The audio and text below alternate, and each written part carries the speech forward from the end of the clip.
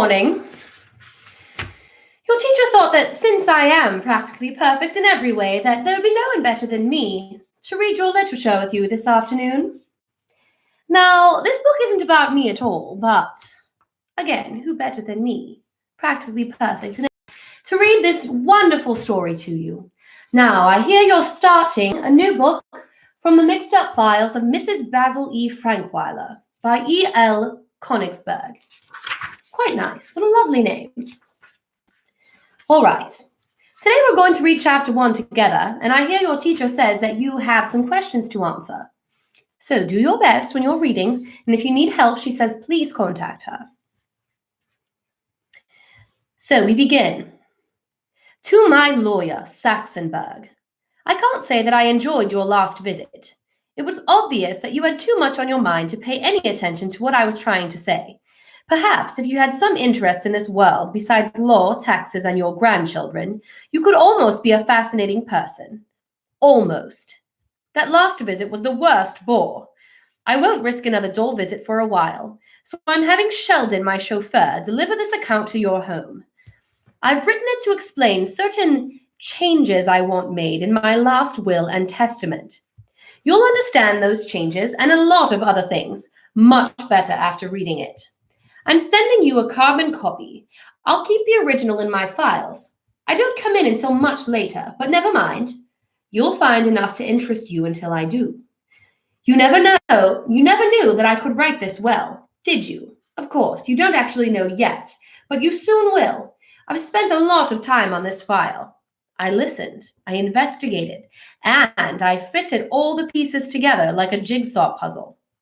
It leaves no doubts. Well, Saxenberg, read and discover. Chapter 1. Claudia knew that she could never pull off the old-fashioned kind of running away, that is, running away in the heat of anger with the knapsack on her back. She didn't like discomfort. Even picnics were untidy and inconvenient. All those insects and the sun melting the icing on the cupcakes. Let me tell you, your teacher does not like picnics either. They stress her out very much. Therefore, she decided that her leaving home would not be just running from somewhere, but would be running to somewhere. To a large place, a comfortable place, an indoor place, and preferably a place. And that's why she decided upon the Metropolitan Museum of Art in New York City. Now, if you know anything about museums, maybe you've been to the Art Museum in Cleveland. I'm pretty certain you may have. Perhaps for school before with Mrs. Joyce, I'm not sure. But if you have, you understand that it might be very hard to run away to a place like that. Lots of security, so I wonder how Claudia plans to do this. She planned very carefully. She saved her allowance and she chose her companion. She chose Jamie, the second youngest of her 3 younger brothers. He could be counted on to be quiet, and now and then he was good for a laugh. Besides, he was rich. Unlike most boys his age, he had never even begun collecting baseball cards. He saved almost every penny he got. But Claudia waited to tell Jamie that she had decided upon him. She couldn't count on him to be that quiet for that long, and she calculated needing that long to save her weekly allowances. It seemed senseless to run away without money. Living in the suburbs had taught her that everything costs. She had to save enough for train fare and for a few expenses before she could tell Jamie or make final plans. In the meantime, she almost forgot why she was running away, but not entirely. Claudia knew that it had to do with injustice. She was the oldest child and the only girl, and was subject to a lot of injustice. Perhaps it was because she had to both empty the dishwasher and set the table on the same night while her brothers got out of everything. And perhaps there was another reason more clear to me than to Claudia, a reason that had to do with the sameness of each and every week. She was bored with simply being straight A's Claudia Kincaid. She was tired of arguing about whose turn it was to choose the Sunday night 7:30 television show, of injustice, and of the monotony of everything. So, you have there a situation which maybe some of you feel. I don't know, some of you might be the oldest child or the middle child, but do you ever feel like sometimes it's not fair with you and your brothers and sisters? I'll tell you this, it probably is fair, but I understand that it can feel unfair. And Claudia felt like things were unfair. And the word monotony, which your teacher unfortunately forgot to have you look up the definition for, monotony means boredom or sameness. So perhaps you were feeling like there is a lot of monotony with being at home all this time. I hope not. I hope you're having lots of fun. It's quite fun to be with your family. But monotony means sameness and just being bored with that sameness. So let's keep reading. Hold on, my phone is buzzing. Okay. The fact that her allowance was so small that it took her more than 3 weeks of skipping hot fudge sundaes to save enough for train fare was another example of injustice. Since you always drive to the city, Saxonburg, you probably don't know the cost of train fare. I'll tell you. Full fare one way costs $1.60. Claudia and Jamie could each travel for half of that, since she was 1 month under 12 and Jamie was well under 12, being only 9. Look, Jamie is just about the age of many of you. Since she intended to return home after everyone had learned a lesson in Claudia appreciation, she had to save money for her return trip too, which was like full fare one way.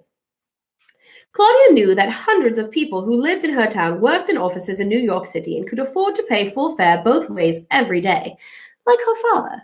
After all, Greenwich was considered an actual suburb of New York, a commuting suburb.